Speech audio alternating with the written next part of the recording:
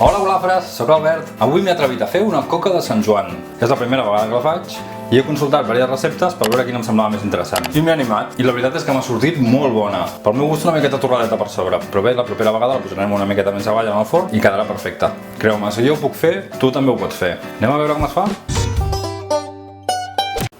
Començarem pel que necessitem primer per fer una massa mare, que són 140 grams de farina, 30 grams de llevat fresc i 80 ml d'aigua tèbia tirant a calentona. I per fer la coca necessitem 90 grams de sucre, 3 ous, 425 grams de farina, 90 grams de mantega, 10 grams de sal, 75 ml de llet i 20 ml d'anís. I després per adornar posarem uns quants pinyons i fruita confitada.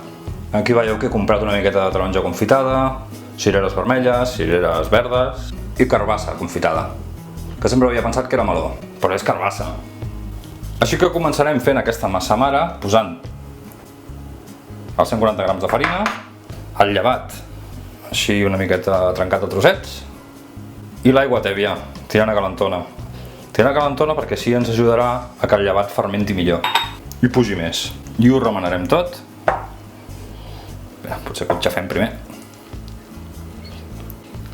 I ho remenarem tot i farem una pasteta. Bé, això és una massa mare ràpida, però aquesta la farem amb una horeta aproximadament. Bé, i quan tinguem una textura més o menys com aquesta, ho deixarem tapat 1 o 2 hores fins que augmenti el volum. Ho hem deixat reposar un parell d'hores i mireu quina pinta que té. Ha pujat moltíssim. S'ha inflat molt. I ara ho trobarem d'aquest bol i ho posarem en un altre, a veure si puc. Ho passo aquí perquè ara anem a incorporar la resta d'ingredients i en aquest bol tan petit no ens hi cabrà. I ara ja anirem incorporant la resta d'ingredients. La llet, l'anís, anís de la terra, esclar, de Badalona, els ous,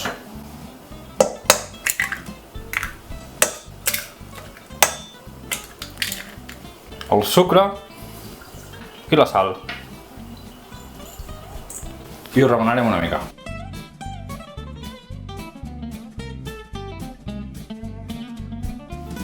I ara hi afegirem també la farina, que la passarem per un colador per tamisar-la una mica. Això ho fem per assegurar-nos que no quedin grumolls i perquè quedi tota la massa com més esponjosa. Hem de comprar un altre colador. Per què? Perquè aquest està fet una merda. I ara ho remenarem tot.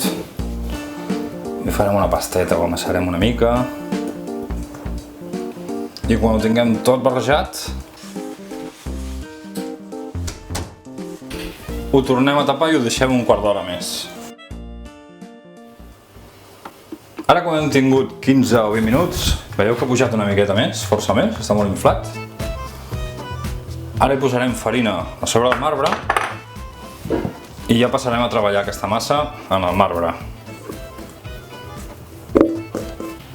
I ara l'escamparem així una miqueta, farem com un rectangle, perquè hi posarem la mantega,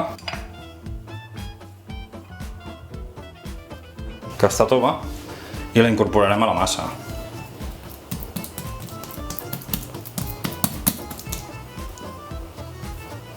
I la amassarem. Ara veureu que amb la mantega anirà quedant més toveta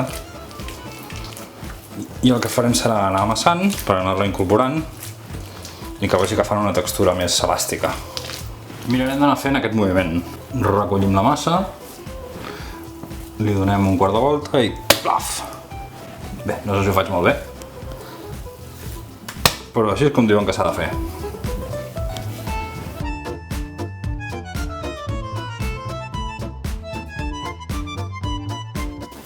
Bé, jo crec que la mantega ara ja està integrada. És a dir que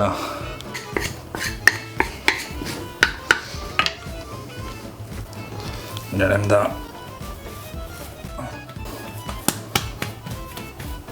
deixar-la així feta una boleta i la taparem amb el mateix bol i la deixarem un quart d'hora o 20 minuts més.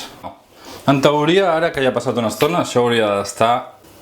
Uau, ha crescut força més. I hauria d'haver quedat una massa més elàstica. Una miqueta de farina per aquí per si de cas. Sí, no està tan enganxosa. No estava segur, no? Perquè aquí en teoria el gluten i el llevat i els midons han anat fent la seva feina durant aquest repòs i està algo més elàstica. Però bueno, anirem amassant una miqueta. I tiraré un polsim més de farina perquè sembla que està una miqueta massa enganxosa encara. Hauria de tenir una textura més semblant a aquesta.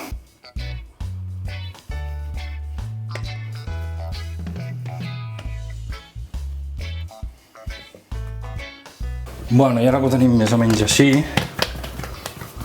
farem una bola i posarem una miqueta de farina en un bol i ho deixarem aquí i ho tornarem a tapar 15 minuts. Vinga, anem a veure com ha quedat. Bé, ha pujat força el volum i ara ho traurem del bol. Espera, que posaré una miqueta de farina aquí.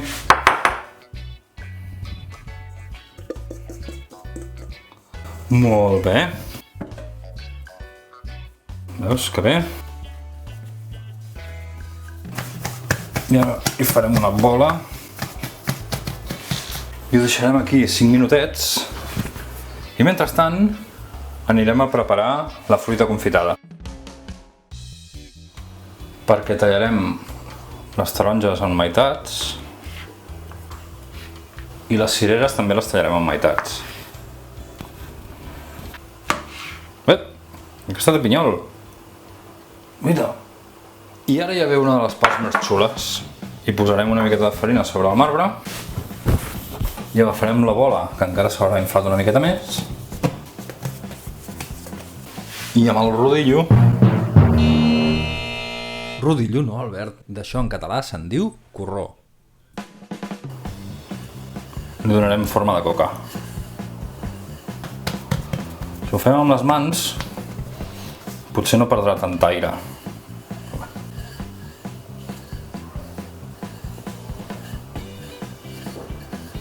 I anirem donant forma i de la mida doncs hem de pensar que després ha d'anar posada dins de la plata de forn, és a dir, que tampoc la podem fer molt més grossa.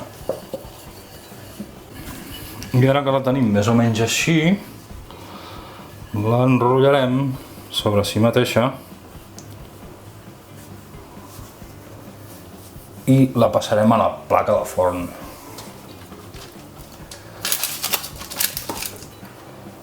I la deixarem així ben posadeta. Oh! Quin goig! La placa de forn a la que hem posat un paper de full de forn, Paper d'aquest sulfuritzat. Mira que xula!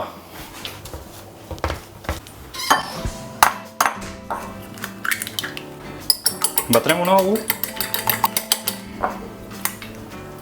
i pintarem la massa perquè quedi brillanteta.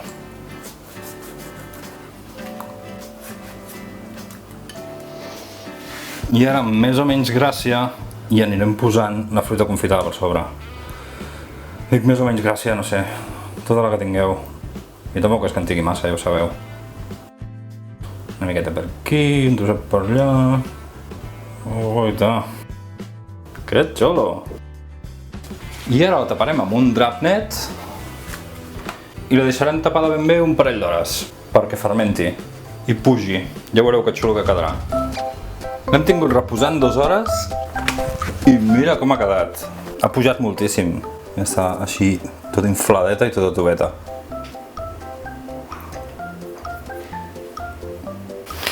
I ara només ens quedarà tirar-hi els pinyons per sobre, perquè si no té pinyons no és una coca de Sant Joan, i sucre.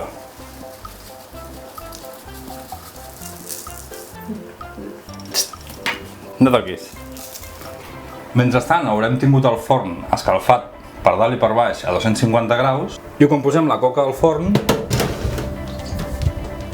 baixarem la temperatura a 200 graus i ho tindrem uns 25 minuts.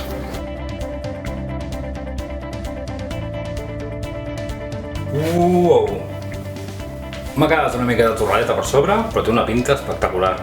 Ara que encara està calenta, li ruixarem amb una miqueta d'anís per sobre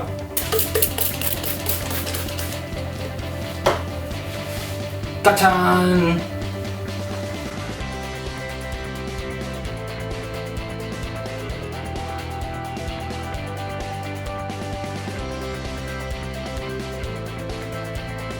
Si et vols subscriure al canal, només has de clicar a la casella on hi diu subscriu-me i activar la campaneta de notificacions perquè t'avisi quan pengi un vídeo.